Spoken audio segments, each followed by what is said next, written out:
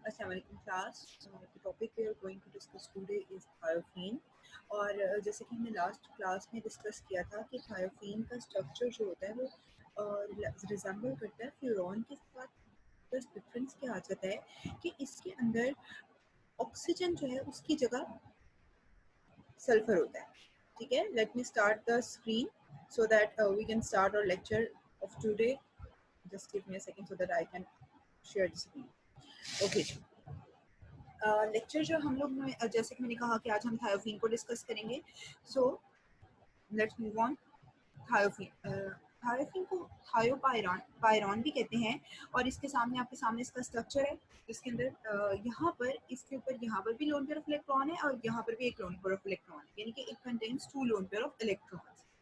Okay, अब बात करें तो इधर ही बात करते जाते हैं केमिस्ट्री की भी। अब इसके अंदर 2 लोन पेयर ऑफ इलेक्ट्रॉन्स हैं जिसमें से एक loan pair of electron p orbital में है और दूसरा लोन पेयर ऑफ इलेक्ट्रॉन जो है वो इसका लाई करता है इन sp2 orbital.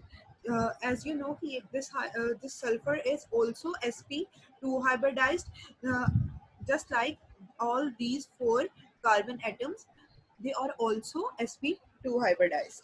Okay ji.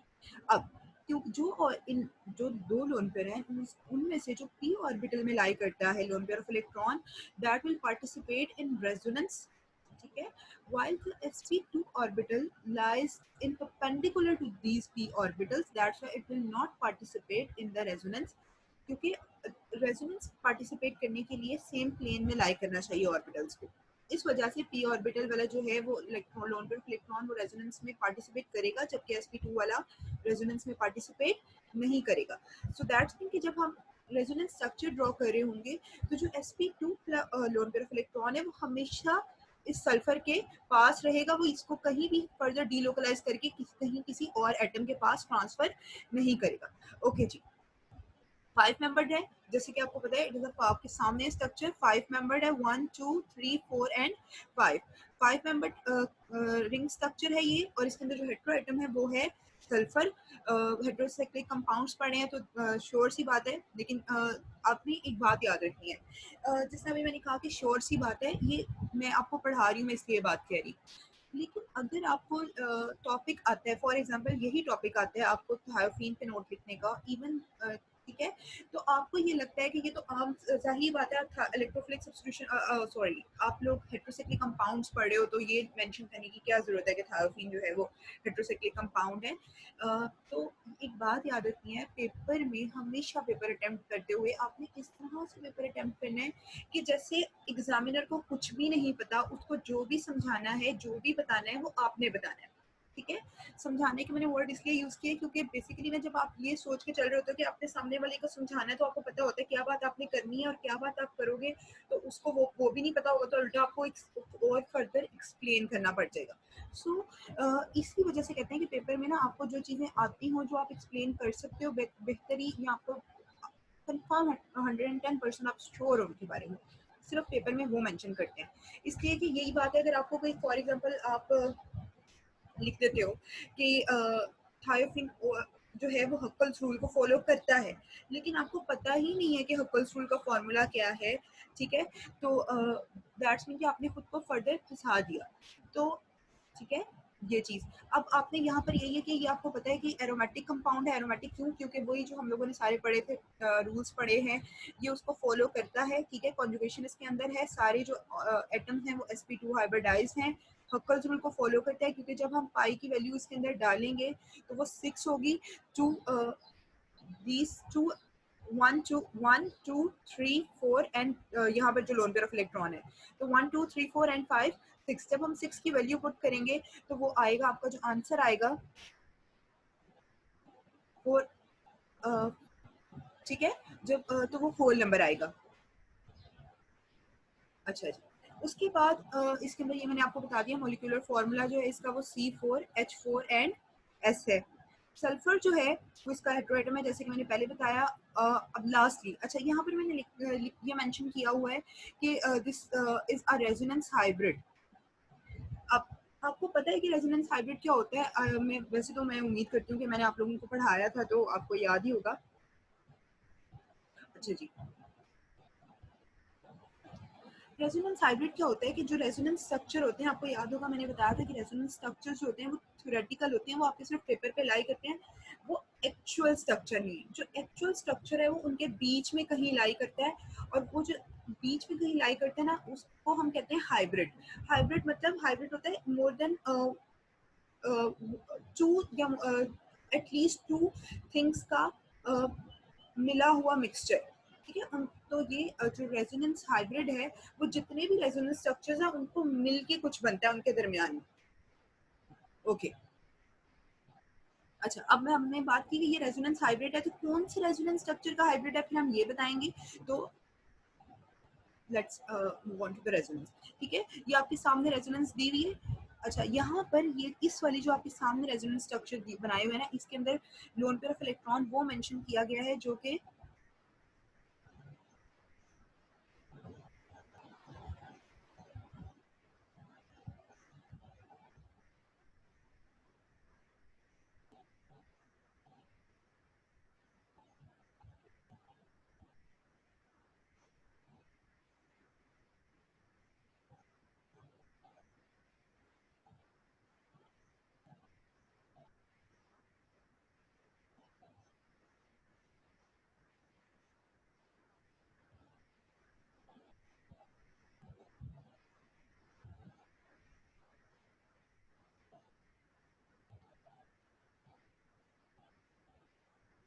Okay, I am sorry for the break,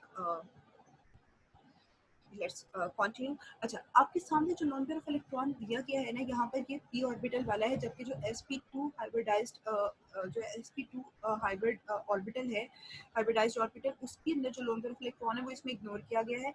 लेकिन आप बनाना चाहो तो वो भी बना सकते हो, कोई इश्यू नहीं है। ठीक है, वो भी आप इस पे मेंशन कर सकते हो ताकि फर्दर क्लियर हो जाए एग्जामिनर को कि आपको पता है कि यहाँ पर एक और लोन पेयर ऑफ इलेक्ट्रॉन भी है जो कि पार्टिसिपेट नहीं कर रहा है रेजोनेंस में। Okay, so let's start. अब यहाँ पर क्या हुआ कि ये जो p ऑर्बिटल का इलेक्ट्रॉन है, ये जो है, मैं रिपीट कर देती हूँ। ठीक है, अभी भी उन बच्चों के लिए जिनको अभी तक जो है ये नहीं क्लियर है, तो ये जो p ऑर्बिटल का लोन पेयर ऑफ इलेक्ट्रॉन है, it wants to become part of the ring structure. तो ये यहाँ पर जब रिंग स्ट्रक्चर के लिए का हिस्सा बनना चाहेगा तो it will move this electron toward this carbon. So इसका मतलब कि इसके पास से यहाँ पर ये चला गया in the form of ring structure का जब हिस्सा बनेगा, तो दैट्स मीन कि यहाँ पर डबल बॉन्ड बनाने में आ जाएगा, इन्वॉल्व हो जाएगा लोन पेयर ऑफ इलेक्ट्रॉन। अब आप देखो तो इसके पास पहले दोनों इलेक्ट्रॉन इसके पास थे। अब क्या हुआ कि एक इसके पास है, एक इस कार्बन के साथ शेयर कर रहा है, यानी कि इसके पास जो इलेक्ट्रॉन डेंसिटी है वो इसकी कम हो गई, तो इसके ऊपर आ गया पॉजिटिव चार्ज, जबकि इसके पास यहाँ से ये दोनों इलेक्ट्रॉन जो है इस कार्बन पे ट्रांसफर हो गए, तो इसके पास अब ये दो loan pair of electron show कर रहे हैं। ठीक है, सो इसके पास नंबर ऑफ इलेक्ट्रॉन ज्यादा हो गए, तो इसके ऊपर आ जाएगा नेगेटिव चार्ज। अब फिर उसी तरह ये इलेक्ट्रॉन जो है ये रिंग स्ट्रक्चर का हिस्सा बनेगा। जब ये रिंग स्ट्रक्चर का हिस्सा बनेगा तो यहाँ पर डबल बॉन्ड आ जाएगा, और इस वाले इलेक्ट्रॉन्स को ये पुश कर देगा टूवर्ड दिस कार्बन। सो इसके ऊपर आ जाएगा अब नेगेटिव चार्ज। फिर सेम इसी तरह अब जब ये यहाँ पर इसको इनवर्ड अंदर को पुश करेंगे, तो यहाँ से इस वाले इलेक्ट्रॉन्स को ये इस कार्बन पे पुश कर देंगे। सो यहाँ पर आ जाएगा डबल बॉन्ड और इसके ऊपर आ जाएगा नेगेटिव चार्ज। फिर दोबारा से क्या होगा कि यहाँ से ये दोबारा अंदर पुश करेंगे और इन इलेक्ट्रॉन्स को पुश कर देंगे इस कार्बन पे। इस कार्बन पे आ जाएगा, यहाँ पर आप देख रहे हो, नेगेटिव चार्ज, और यहाँ पर आ गया डबल बॉन्ड। अब जब लास्ट में यहाँ पर क्या होगा कि दोबारा से ये इनवर्ट पुश करेंगे तो डबल बॉन्ड आ जाएगा इस पे, और यहाँ पर ये जो इलेक्ट्रॉन्स हैं ये दोबारा से शिफ्ट हो जाएंगे सल्फर के पास। तो अब अगर अब आप नोट करो तो इधर आ गया डबल बॉन्ड, और इस कार्बन के इस सल्फर के ऊपर आ गया लोन पेयर ऑफ इलेक्ट्रॉन। तो आपके पास दोबारा से ये वाला स्ट्रक्चर दोबारा बन गया। ठीक है, अच्छा जी। अब आपको पता है, हमने एक स्लाइड मिस की थी, हम उस पर बात कर लेते हैं बीच में, क्योंकि हम रेजोनेंस हाइब्रिड की बात कर रहे थे। अच्छा, रेजोनेंस हाइब्रिड का मतलब है कि अब ये स्ट्रक्चर्स के बीच में इन सबका मिक्सचर है, जो असल स्ट्रक्चर जो असल स्ट्रक्चर है। ठीक है, this all structures are just theoretical, they are not the actual structure. Actual structure is called resonance hybrid. Okay, so जो आपका थायोफिन है, it is a heterocyclic compound, ये तो आपको पता चल गया। अब अगर क्लासिफिकेशन में देखिए तो ये 5 मेंबर्ड, ठीक है, 5 मेंबर्ड है, और कौन सा, जिसके अंदर 1 हेट्रो एटम पे कंसिस्ट करता है, क्योंकि इसके अंदर सिर्फ एक हेट्रो एटम है ना, तो इसलिए 5 membered which contain only 1 hetero atom.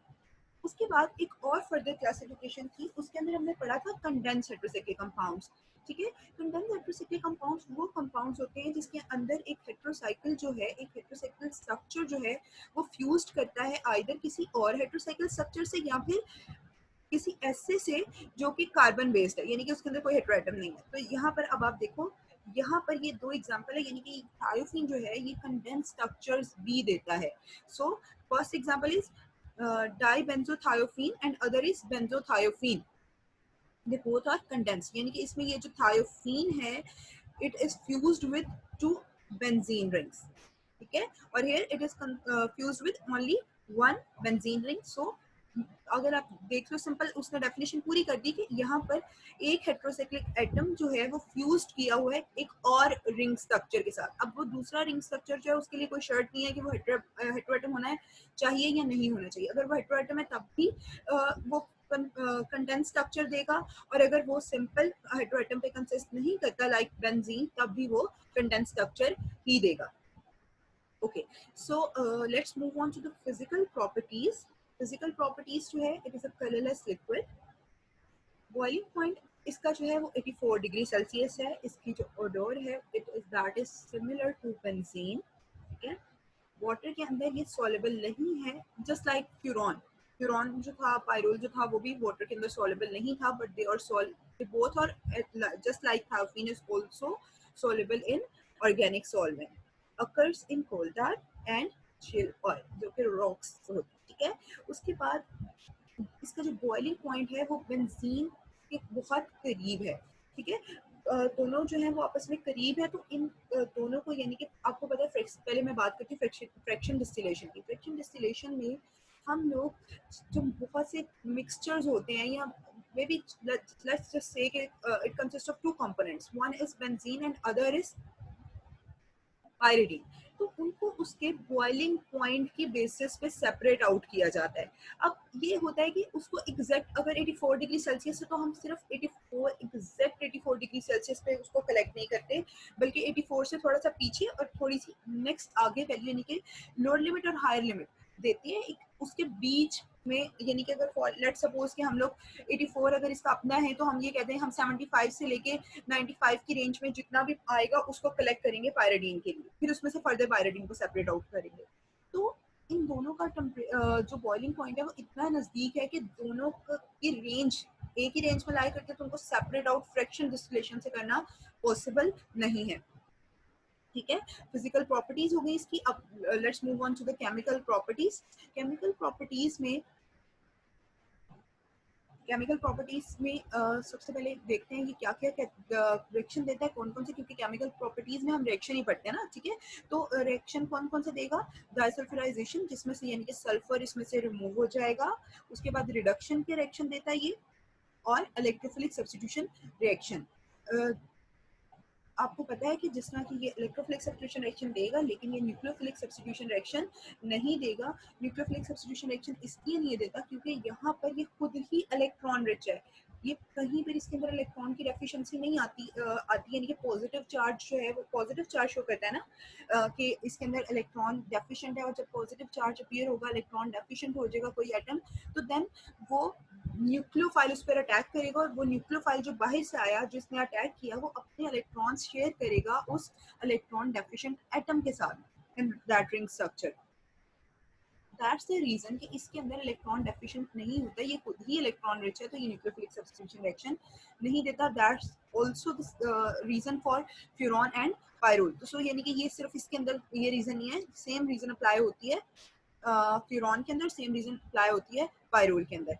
Okay, so let's move on to the desulphurisation. Desulphurisation में सल्फर जो है वो हाइड्रोजन और निकल एज अ कैटलिस्ट के तौर पर, निकल जो है एज अ कैटलिस्ट के तौर पर कर रहा है, तो उसके साथ अच्छा यहाँ पे ये कैटलिस्ट के तौर पे कर रहा है, लेकिन यहाँ पर उसने सल्फर के साथ रिएक्ट किया, तो वही बात पहले भी मैंने मेंशन की हुई है कि बाज़ औक़ात कैटलिस्ट जो है वो रिएक्शन के अंदर पार्टिसिपेट करता है, एज सच बाहर नहीं निकलता।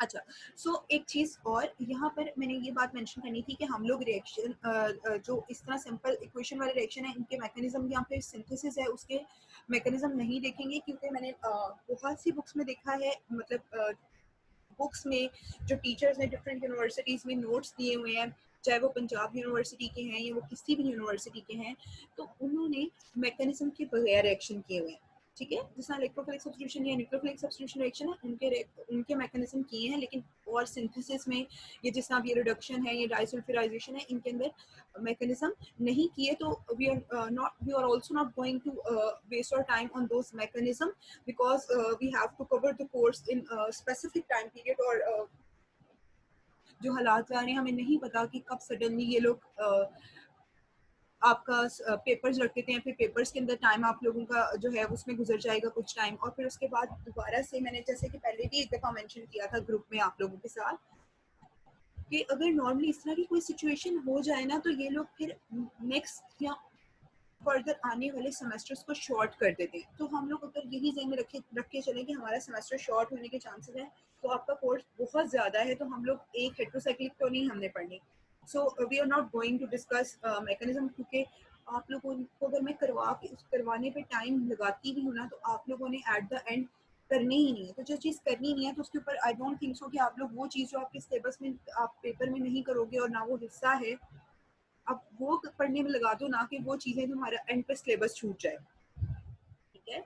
सो अब यहाँ पर सिंपली होगा क्या कि यहाँ पर थायोफीन जो है उसके अंदर से सल्फर जो है वो निकल जाएगा, और वो जो सल्फर बॉन्ड ब्रेकेज हो रही है, ठीक है, यहाँ पर बॉन्ड ब्रेकेज हो रही है, सल्फर के साथ जो कार्बन और सल्फर के बीच में बॉन्ड है दोनों तरफ, वो ब्रेक होंगे, सल्फर रिलीज हो जाएगा और सल्फर इस निकल के साथ रिएक्ट कर देगा और बना देगा NiS, ठीक है, निकल सल्फाइड, और आपके पास साथ आ जाएगा जो पीछे बचा आपके पास, ठीक है, वो बचेगा ब्यूटीन। ब्यूटीन के अंदर ये हाइड्रोजन ऐड हो जाएगा और आपके पास आ जाएगा ब्यूटेन, ठीक है। ओके जी, उसके बाद अच्छा, और ब्यूटेन कौन सा आ रहा है ये भी आपके सामने है स्ट्रक्चर में। अब क्योंकि यहाँ पर आप देखो तो स्ट्रक्चर थायोफिन के अंदर उसकी शेप यूं होगी, यूं होती है ना। ओके, मैं अब क्या बोर्ड शेयर करूँ, आपको पता ही है ये यूं होता है, जो उसके ऊपर, wait let me show you, ये देखो यहाँ पर इसका यूं है, तो यानी कि यहाँ पर ये स्ट्रेट चेन ही रिलीज हो रही है, तो वहां पर भी आपके पास जो ब्यूटेन की फॉर्म ऑब्टेन होगी वो होगी एन ब्यूटेन। ओके, उसके बाद नेक्स्ट रिडक्शन। रिडक्शन में क्या हो रहा है, ये जो Na बॉन्ड Hg है, यानी कि मरकरी और सोडियम के बीच में बॉन्ड है, ये इसको बेसिकली कहते हैं सोडियम अमेलगम। यानी कि सोडियम अमेलगम को अगर आपने फॉर्मूला की फॉर्म में लिखना है, तो आप लिखोगे Na/Hg/ यानी कि बॉन्ड। ओके, होता क्या है कि रिडक्शन हो रही है सोडियम अमेलगम के साथ और एथेनॉल की प्रेजेंस में, किसकी, थायोफीन की, और वो कन्वर्ट हो जाते हैं टेट्राहाइड्रोथायोफीन में। टेट्राहाइड्रोथायोफीन का क्या मतलब है कि वो कम्प्लीटली जो उसके अंदर वो कम्प्लीटली सैचुरेटेड हो गया, उसके अंदर जो डबल बॉन्ड थे वो उसके अंदर हो गए, वहां पर होगी एडिशन हाइड्रोजन की। ओके, उसके बाद इलेक्ट्रोफिलिक सब्स्टिट्यूशन रिएक्शन है। इलेक्ट्रोफिलिक सब्स्टिट्यूशन रिएक्शन जो है वो पोजीशन 2 पे होते हैं, और रेयरली बहुत कम होता है कि पोजीशन 5 पे होते हैं। अच्छा, अगर अब आप दोबारा से स्ट्रक्चर देखो, तो जो आपकी स्ट्रक्चर है वो यहाँ पर ये 1 है, ये 2, 3, 4 एंड 5, या इसको अब यहाँ पर 1, 1, 2, 3, 4 एंड 5।